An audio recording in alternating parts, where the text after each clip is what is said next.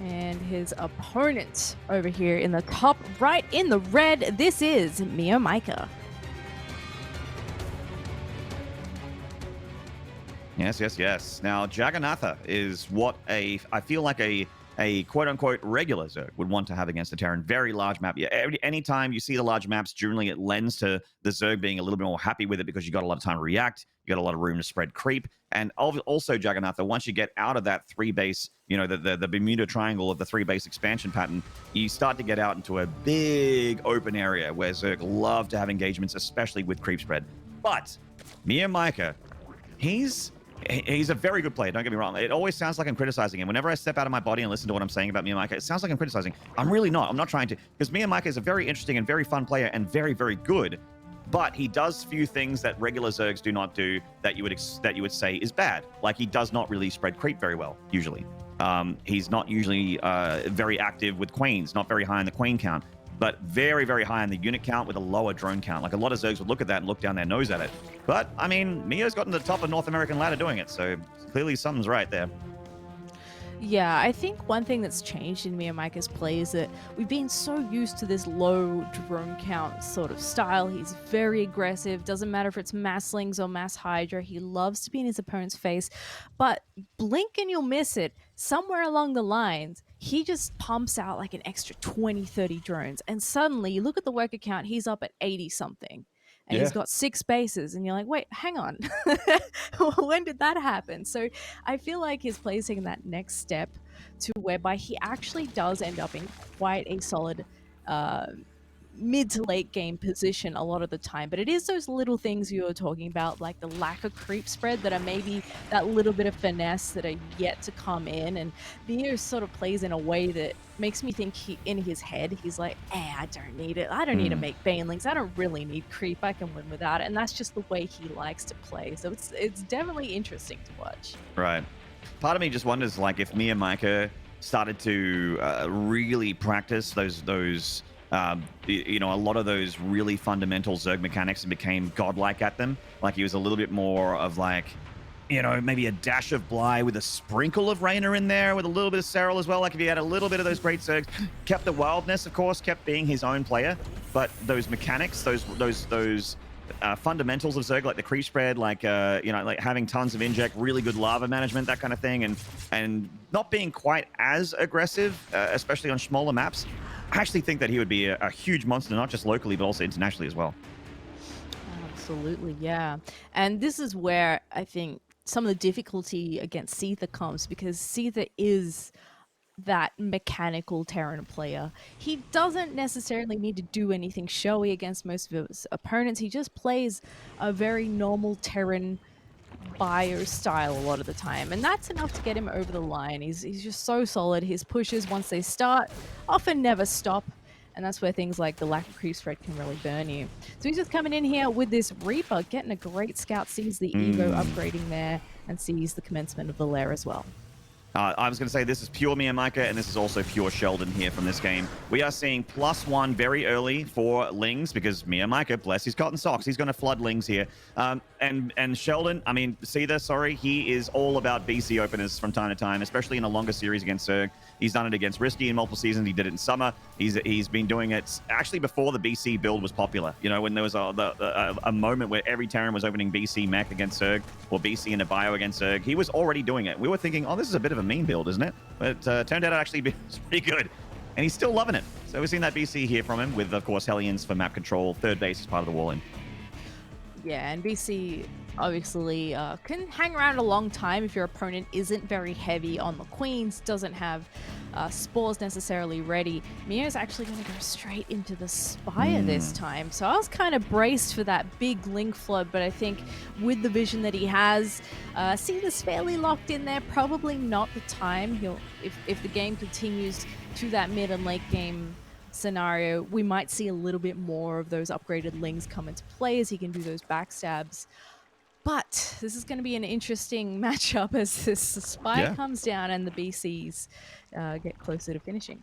This might be a way that MeoMaiKa likes to play this map, but it also might just be him straight up knowing what Seither likes to do. You know, he's played Seither a lot in these tournaments, and he knows that Seither likes these BC openers, so he's just trying to get himself a bit more of a direct counter to the BC rather than relying on queens and spore crawls. At the moment, MeoMaiKa, as I mentioned, he's usually pretty low queen. He's only got 3 right now. He's got 2 more on the way, just 3 queens. That's a very low queen count for your average Zerg.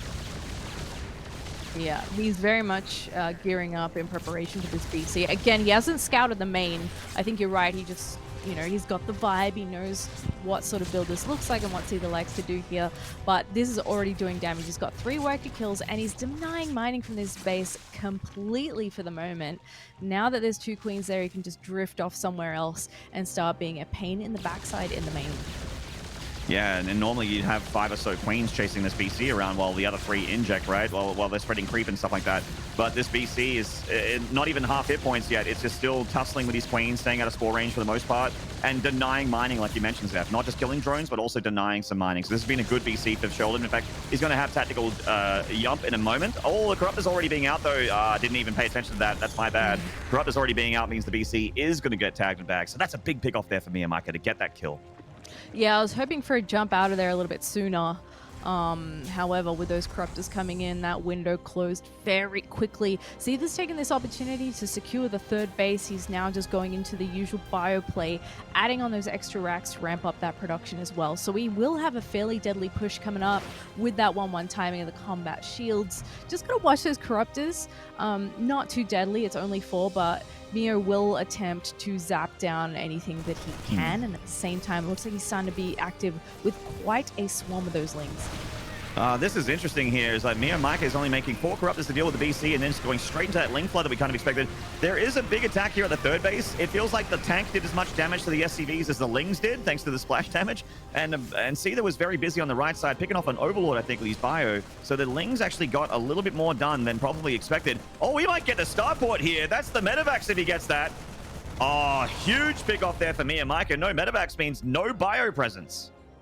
Beautifully done, and that's why you gotta watch where those Corruptors are going. It is only 4, I think it's 3 now actually, but that's what happens. Mia's gonna try and stab you in a couple of locations at once, and if you lose sight of one of those attacks, you can take a lot of damage. So Seither's done a good job of keeping an eye on that for now, at least since he's lost his starport. And he's just got to remain vigilant here because Mia's going to continue trying to dump units over at his base, while he also starts to tech up a little bit, moving into that 4th base. But he does tend to sit on lair. I was going to say for quite a while, but sometimes forever, actually. Yeah, that's what I was going to say. Yeah, generally, I mean, it works for him sometimes. Now, we are seeing the upgrade discrepancy here at the moment as well, with MeoMaiKa only having the 1 Evo chamber. He's going from +1 melee into actually +2 melee into +1 carapace, whereas Seither is going for 2 upgrades and getting armor here for not only the Medivacs but also the tanks as well. I'm not a huge fan of the armory being exposed like this, but it does create a little bit more of a SimCity at the 3rd base. Harder for a Ling heavy player, who MeoMaiKa absolutely is, to try and get a good engagement at the 3rd, to get a big wrap around in that surface area. I love the addition of 1 turret there on the side of the main, but I would love to see more because there's 15 mutas that just popped out, and that is going to be what's keeping Seither busy here for a little while as soon as those arrive at his side of the map. He has sent a drop out. Looks like it will circumvent the pathway of the mutas there. He might be able to deny a hatchery up there towards the top left, but probably going to need some help with these mutas. That is such definitely a large block. It is indeed, and once again, the starport's just now pumping out a couple Medivacs that are actually quite exposed and potentially going to go down in the Mutalisk. They boost away, but one gets blocked off, the other one very damaged. Wintermines have burrowed, but I think Meo saw it. Seither's trying to cut off these mutas. They do have a bit of dead space here on Jagannatha, though, to just fly to the top side of the main and be completely invulnerable to the Marines. So they've got lots of room to breathe here. Let's see if this little drop can do some damage over here. He does spot the hatchery, going to try and stim that down. There should be a bunch of Lings able to come and respond to this, though. Probably needs more than one thing happening at a time to try and actually snipe any of these or get too many drone kills, because MeoMaiKa is fairly locked down and he does have pretty good vision around all his bases. And even though he doesn't have a lot of corruptors, he's kind of keeping the mutas on the other side of the map and leaving the corruptors at home for medevac defense. They are technically medevac defense. You know, a medevac can't hide out in dead space and just be there forever. So the corruptors force it to die with the spore crawlers assisting, and the Lings easily deal with the Marines. Meo nearly took a hit to his mutas there from the Winter Mine. Oh. So brave. But he gets it and he doesn't take a hit at all, and he's just continuing to be a real pest. I do love the forward positioning of those mines. It gives Seither a little bit more time to get in there and makes MeoMaiKa be a bit more careful, but as soon as he fortifies his position on the right there, Meo swoops in on the left. Got to get rid of that Overlord too. Yeah, there you go. And unfortunately, this is an annoyance he's going to have to continue to deal with unless he can thin out that flock a whole bunch. Well, Meo is going to have to deal with a push from Seither shortly. You know, Seither's getting about to that point where he's going to be able to go across the map and do something. That does leave him a little exposed to the mutas, of course, because there is so many. But, you know, Seither's heading to that point where he's going to have great upgrades. And generally, you'd want to try and move out on the map. But considering this is MeoMaiKa, and he knows that MeoMaiKa just wants to attack, maybe the better option, and we're kind of seeing it here from Seither, is just to get your upgrades and kind of chill. Just wait for Meo to come to you.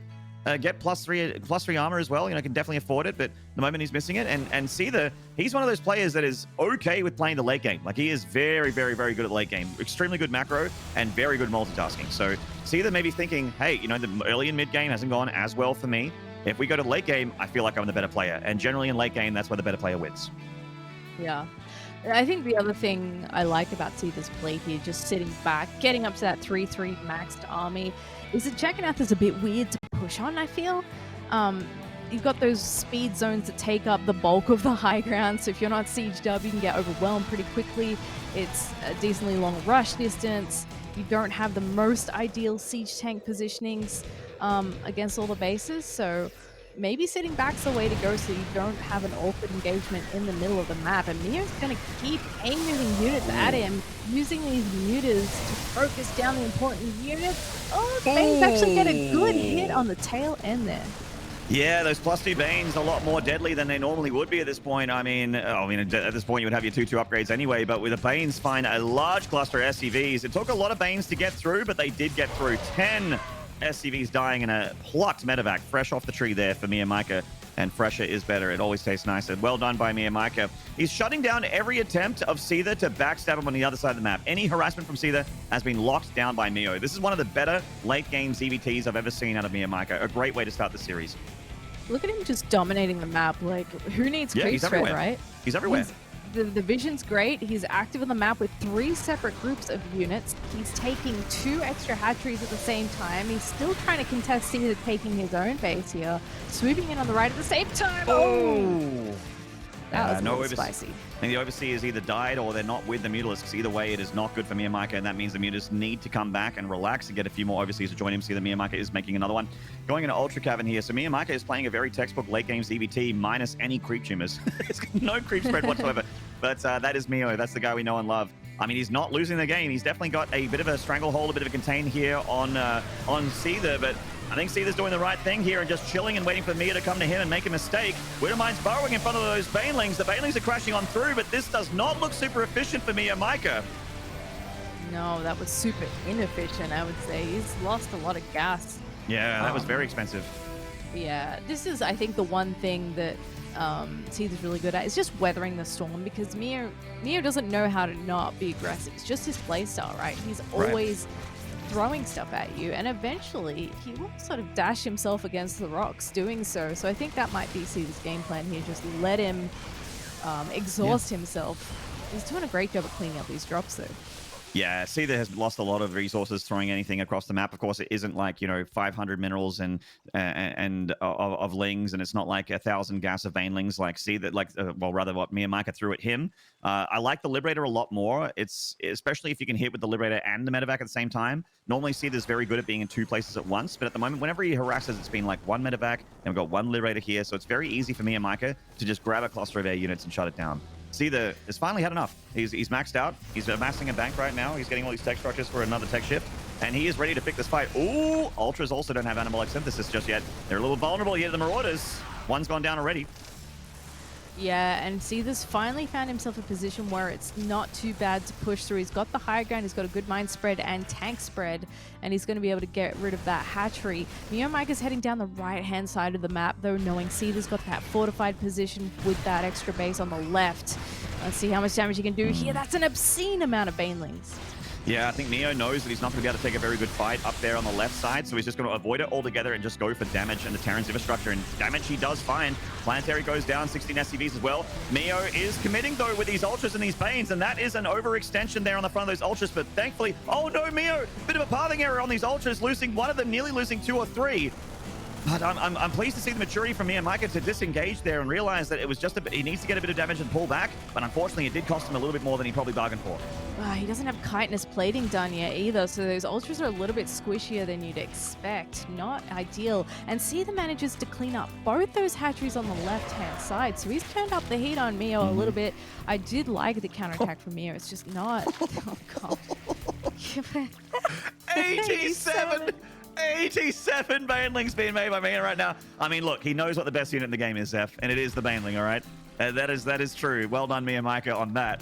But he does need all of these banelings to do a ton of damage. One mine hit on those. 1 mine, 2 mines is a... Oh, God, oh, God. Oh! 40 banelings, I reckon, just died to those Widow Mines in the middle of the map there. And all Seither needs to do is pull back and weather the storm of MeoMaiKa as he comes through the acceleration zone. The mutas are just flying over Widow Mines here into the static defense of Seither, into the Marauders. Reinforcements as well. Maybe he'll get this planetary, but my God, that bank from MeoMaiKa is not looking super pretty at the moment. No, it's old gas and no minerals. Those Ultralists are now dying to mines. They're so weak, and the army supply has plummeted for him. Another hatchery goes down. He's knocked back to basically 3 mining bases, and one of those has only got half the amount of minerals you'd hope for. And that Viper coming in, not able to help out too much here, but Seither has played this beautifully. He's just managed to get the attacks in all the right places, put the pressure on at the right times, and Meo's response of mass baneling Ultra just hasn't been able to cut it. Yeah, I mean, he did everything right on paper, but the execution wasn't quite there, right? Like a bit of the decision-making, maybe a little bit of overextension here, a little bit too little of this, a little bit too much of that. I mean, that was a lot of banelings F against a guy that has drilling claws and a ton of Widow Mines. That's always very risky with when you're a Zerg. You got to make sure you're babysitting those banelings and they're not just dying to the Widow Mines. Unfortunately, they did, and Seither made the right call. Let's slow this game. Let's go to the late game because I feel like I'm stronger there. And that got him game 1. Well played. Yeah.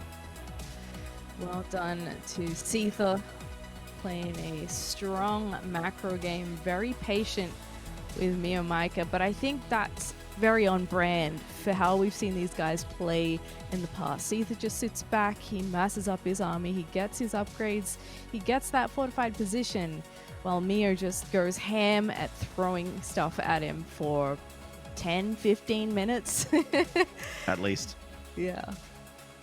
Yeah, I mean, that was an explosive game, literally and figuratively. If you want explosive action, MeoMaiKa and Seither will always deliver. We did see the BC opener here from Seither, potentially not doing as much as he would have liked. He did get some drone damage, of course, but probably didn't expect that there would be a Spire so quickly. I guess was probably the wrinkle in the plan here for Seither, because there were Corruptors a lot earlier than you would normally have to deal with at this point. It was kind of like a 2.5 base Spire there. And this first attack from Meo, I mean, I was getting a little bit worried for me. I'm like, oh, that's a lot of Banes dying, and then boom goes the Dynamite. 10 SCVs right there at that third base. Yeah, really nicely done. And it always looks like he's about to gain some ground, but when you look at it, really he's traded a lot of army with a bunch of army. And it's not really enough to crack Seither. He does get some great Bane hits throughout this series, takes out a bunch of workers, but in terms of dealing that secondary blow that's really going to cripple him, we're yet to see him be able to get that. And oh, this was just disgusting mine hits. I swear those Widow Mines killed like 40 Banes. That's so much gas, so many minerals. And I mean, that is kind of the story of MeoMaiKa, right? Like you mentioned, he really likes to attack, and once he decides to attack, he really doesn't stop. But he has a notorious ability to overextend and to throw a lot of really expensive units away, like those Ultras and stuff. Which Ultras are a great 8 movable unit. Like once they have chitinous, they are so strong. If you can just kind of set them and forget them, especially when you got Lings and Banes with them. But you know, Seither just always managed to pick those fights a little bit too well. He didn't really lose any engagements in that game. I'm going to take a short break. When we return, though, game number 2 between Seither and MeoMaiKa. We'll see you then.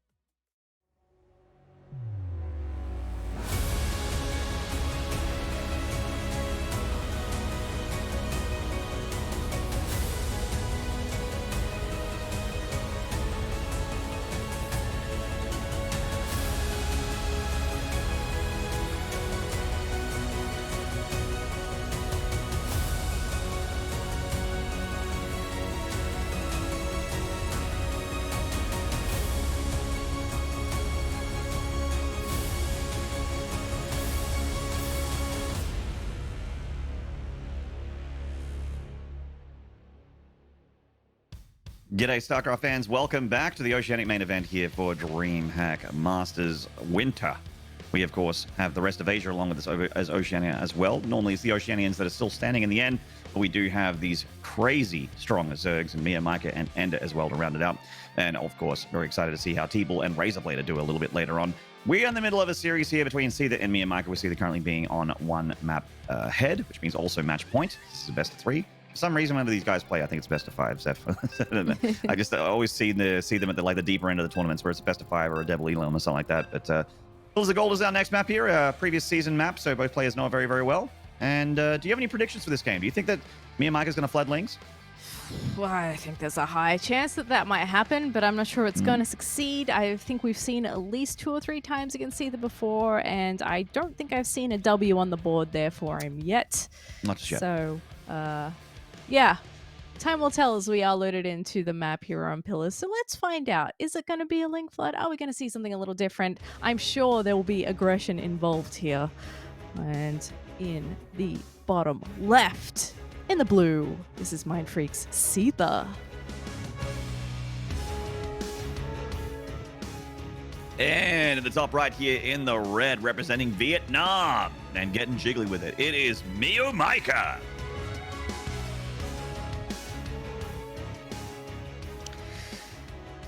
And as we get started here, folks, I'd like to remind you that we have a B stream running at the moment. Azure vs Razorblader in a TVT is happening over there. So if that's your thing, please make sure to multi-twitch it and check that out at the same time.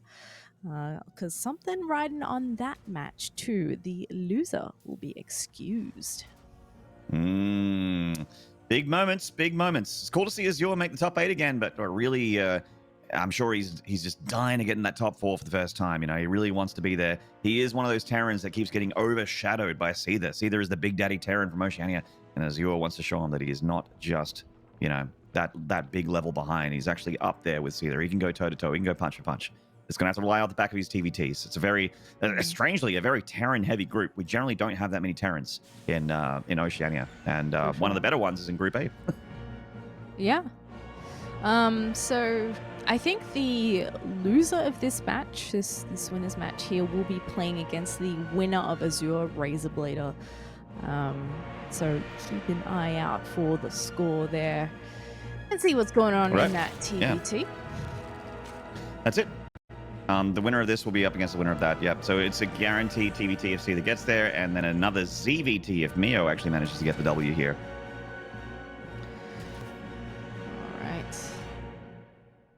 That SCV gonna come in for a quick scout. It's always worth getting a bit of a scout off early on. Oh yeah, always in the base.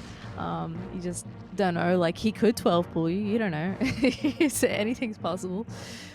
But we haven't seen too much like super early stuff from Meo. If my memory serves me, it tends to be off at least 2 hatcheries. Yeah, like if Meo's gonna do something, I feel like he doesn't super early rush in ZVT. He's more of a ZVZ early rusher. Or nearly blocked the drone from the extractor and got the pick off there. One shot from pick up. Oh, it saves it into a spawn, but the other one does go down. This Reaper finding damage. A valiant effort there from MeoMaiKa, but Seither still keeps the Reaper alive with blood of the drone on his hands. Damn. Very nicely done. That Reaper must have had an energy drink this morning. At least 6 Wheat Bix.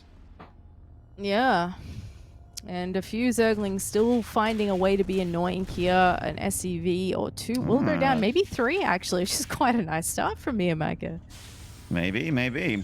Yeah, I mean, the Seither Reaper being on the other side of the map and going into Marines directly afterwards here, or going Reactor directly afterwards, I should say, has left him a little open to those lings. Good worker control, though. Losing 3 SCVs does certainly sting. But, you know, he did get a drone and 4 lings there, so it's a bit of a trade for both players with Seither slightly behind by like 20-ish minerals. Yeah, a little bit of a scrappy early game for these guys. And we are seeing a bunch of lings in production for Meo. We'll see if he actually uses them. Oftentimes he's just threatening with those initial lings and using them defensively as well. However, he's continuing to make them. So I think maybe this is... Oh, okay, I see what's happening. Is that Mm. Overlord speed, and he's morphing some friends to come along and join this party. Yeah, you're talking about what's going to happen for MeoMaiKa if it's a rush. It's going to be on 2 bases, and we are seeing the Queens being ferried here in a Dropper Lord and just a flood of Lings from the Vietnamese Zerg. He used to be the Hydra man, but he is definitely the Ling man now. He's he's taken the mantle off of Psystorm Gaming's True, who is you know, on a bit of a hiatus at the moment. Oh boy, this is going to be a lot of stuff. Now, Seither is going Banshee, which typically is a very good defense. However, this is hitting now, and there's going to be Queens in the mix too. And that makes things difficult because that Banshee does not have Cloak and will not have Cloak for a little while. Yeah, I mean, the Banshee's going to be important, but just having Hellions along with the SCV pool to defend is a little orkies. We'll see if Seither can mitigate the damage. This is very committed from MeoMaiKa. Keep in mind that Seither has workers. He can technically lose a good bunch of them and still be okay. The Banshee's still finding damage on the left side. The Queens need to go over there and assist the Zerg units because the Banshees are still holding strong. And while the Lings are doing some damage here and supply blocking Seither, of course, I kind of feel like Seither's okay. I think he's totally fine, actually. The Hellions got some really good roasts on the top of that ramp because the Lings were busy clumping up trying to get past the SCVs or fighting him. So all in all, yeah, his natural had to be lifted and evacuated, but he has enough to defend this now. He's got 2 Banshees in the mix. There's only a few Lings out the front there. MeoMaiKa's still going to keep dropping or threatening the drops and being really annoying. It looks like his follow-up is actually going to be a Nidus, which is interesting. But I think Seither's got this unlocked now. Yeah, I mean, with the Nidus, obviously that means he's got Lair Tech and he can bring Overseers along. He really should, though, because the Nidus worm, if it's spotted by the Banshees, will die very, very quickly. And Seither's Hellion count is high enough to handle a large amount of Lings. Yeah, there it is in the corner there. The Banshees have actually left. They're going over the other side of the map. It doesn't look like Seither's aware of that. Oh, there we go. He sees it now. Natural of Seither getting very low in hit points. The SCVs are sort of mineral locking from one side of the base to the other. The Nidus worm finishes. The Banshee is still across the map, so they're not here to assist. This call from MeoMaiKa may have been the correct one here. He's killed so many SCVs. Not a whole lot left at home for Seither. There goes the Banshee. She activates Cloak. The Overseer is a few moments from finishing here, and when the Overseer does finish, the Banshee will fall. And will Hellbats be enough to hold the line? It's so tight here. Those Hellbats are pretty low in hit points. So many SCVs have died. The Banshee's also starting to rack up drone kills. This game is absolute madness. Oh, no. I feel like if he just held those Banshees home for a little bit longer, he'd be looking so good right now. Really couldn't let that Nidus get up because now he's lost all his SCVs. He's lost all his attacking units with that last Hellbat fall, and it's just the Banshees on the other side of the map that now have to win in the game. Yeah, they really do, don't they? Like, these Banshees have actually got the entire game riding on them, as there is nothing really at home for Seither. In fact, I kind of feel like these Banshees aren't going to do enough. When your main looks like this, when it is a ghost town and part of it is on fire, a ghost town with one of the bars on fire, you are not in a good spot. That last Banshee also dying as well. The defense isn't existent anymore for Seither. He's straight up lifting up his structures. He's going full ladder Terran here. Lifting up his structures and going, okay, my Banshees can continue to do what they can. This Banshee's out of juice, so she's going to go down the Queen. Seither is fighting 3 supply against 35 F. This is full ladder terror when you just lift up all your structures here. There we go. GG. MeoMaiKa getting his first map win against Seither in a tournament in a while here. Well played. Short and sweet, that one. Very nicely planned out build for Meo. The Ling Flood has been upgraded, and I was kind of wondering in the back of my mind, like, does he really try it? And he does. He adds a bit of extra spice on there, a few new flavors, and we get ourselves a drop a lot attack into a Nidus. If that Nidus didn't get up, I think that game looks a little bit different. But he got in there, and he did a fantastic amount of damage. Seither not able to recover with cloaked Banshees, and I love that he went into that Nidus because he had the lair. If he didn't have the lair, again, you know, Seither might have had a better chance there. Yeah, I kind of feel like this might be indicative also of what Game 3 might look like. I think MeoMaiKa realized that if he's a little bit early gamey, a little bit more wild, a little bit more aggressive, that he actually could mess with Seither and potentially take the upset here. I mean, MeoMaiKa winning here is absolutely an upset. You can check their history. There has not been a MeoMaiKa victory in a best of 3 or larger in an extremely long time. And this play, it was very, very strong. You're quite right, Seth, though. Like, one big difference, if those Banshees are still at home and Seither's a little bit more conservative and not so desperate to go across the map with them, the Nidus doesn't get up. And what does this look like if the Nidus doesn't get up with all those queens out? Yeah, his aggression, his harassment could have done a little bit more. He's a bit too far gone at this point. He did do some fantastic damage with those Banshees, but when you put it beside the damage that Meo did to Seither, it just doesn't compare anymore. As you pointed out, it was like 3 supply to 35 at one point, so not one you can really recover from there. So we're going to have to slide straight on into Death Aura for our third and final map between these two to see who's actually going to hop out in first place from this group. Last time we saw Death Aura from MeoMaiKa, he actually did go a little bit more, kind of what he did on Jagannatha, like very macro focused, a lot of drones. Like it looked a very normal game. Like Big and I were kind of like, huh, this looks really normal out of MeoMaiKa. What is this? And it was just like a 75 drones going up in a hive, getting his Ultra Cavern, his double Evo chamber upgrades, and just yeah, he was throwing a lot of Lings at the problem, and yes, he was throwing a lot of Banelings at the problem, but it was one of those maps where MeoMaiKa actually played it quite well, quite solidly, albeit cost inefficiently. He managed to get himself to a point where it didn't matter because he had so much more economy that he could do it, and he actually managed to crush through Azure in the end there. Speaking of, unfortunately, Azure is out of DreamHack for this season. He got 2-0 by Razorblader, which means that Razorblader will be in the deciders match here for whoever doesn't make it out. So if Seither loses map 3, he'll be in a TVT against Razorblader, and if Meo loses, that'll be another CVT. Yeah, that's an interesting development. I really think Azure has been another one to watch. He's been around a long time, a little bit inconsistent with the results, but he seemed to be doing really, really well last season. I was very impressed. I was hoping for another deep run from him this time around, but a rough one in this group, I suppose. I'm not sure, I can't remember what his run looked like last time, but perhaps a group with 2 other Terrans doesn't really play to his strengths, because I know a lot of people are like, TVT, it's not their favorite matchup in the world. I think most people feel like that about mirrors, but yeah, TVT, definitely a unique matchup that not everybody is thrilled to play, especially in a tournament. I actually feel specifically Terrans love themselves so much that they actually do think TVT is the best matchup in the game. Like, and I can say this because I am a Terran player myself. Like, you can't come at me, Terrans, because I am one of you. I'm a self-hating Terran player. But I do feel like if any race in the game loves a mirror matchup, it's probably a Terran, because there are some really amazing TVT players out there. That said, I can also name a couple great PvP players, a couple great TVZ players as well. But I don't remember any professional player being like, yeah, the mirror is my favorite. I can't remember that. So you're quite right there. And a lot of Terrans, especially at the moment, are really liking TVZ at the moment, with it being as still very dynamic, lots of depth of strategy. And we're seeing a lot of depth of strategy just from these 2 games already. It's only a best of 3, but already from 2 games, we've seen a very big difference in what you can do with your Terran and Zerg pieces. Speaking of the Zerg pieces, up here in the top left in the red, winning game 2, finding himself on match point. Can he do it? It is Vietnamese boy, MeoMaiKa.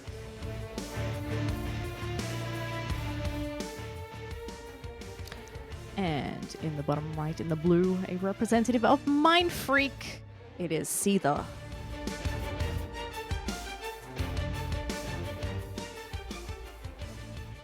Indeed. Mindfreak, a huge brand, along with Legacy, of course, like sort of the 2 biggest brands in StarCraft for Oceania. Really cool to see them continue to support StarCraft 2, the greatest PC esport of all time. Actually, just the greatest esport of all time, let's be real. So, if it's on PC, it's the best. Pull first from Meo. Alrighty. This isn't unusual for him by any stretch. Nah, he's done this every ZVT. He's gone pull first and then expanded. I sometimes wonder if like game 3 will be the one where he doesn't, because now he's established a pattern. But he just loves having those Lings out early on, and I can't really blame him either. So with the success of the early game in the last map, perhaps we see something equally speedy. I mean, it's another map where a build like that could work. However, does Seither fall for it twice? I don't know. Yeah. Oh, man, that's a Roach Warren, by the way. All right, we saw this on Submarine, actually, when he played against Azure. It's one of those things where when it's scouted, he'll just cancel it and make drones. And I hate Zergs like that. I can't handle the tech shift bingo, like the tech shift whack-a-mole. I can't do it. I got my bingo sheet out of every single tech path that a Zerg can take. And I'm just like, I guess I tick this box. No, you're wrong. It's mutas. I'm like, come on. It's, oh no, see, there's not going inside. deep. He's not going deep. He was just looking for hatch first. He's like, oh, it's pull first, but that's fine. I can make a second Reaper. Oh no, this might work, Zeph. This Roach Warren, it might work. Oh my god. MeoMaiKa, the madman. And now he's going to get distracted killing these lings, and he's going to delay the scout across the map even further. So, all is not lost if you can find out about those roaches nice and early. The sooner the better, so you can mount a defense, you can start getting the right units out.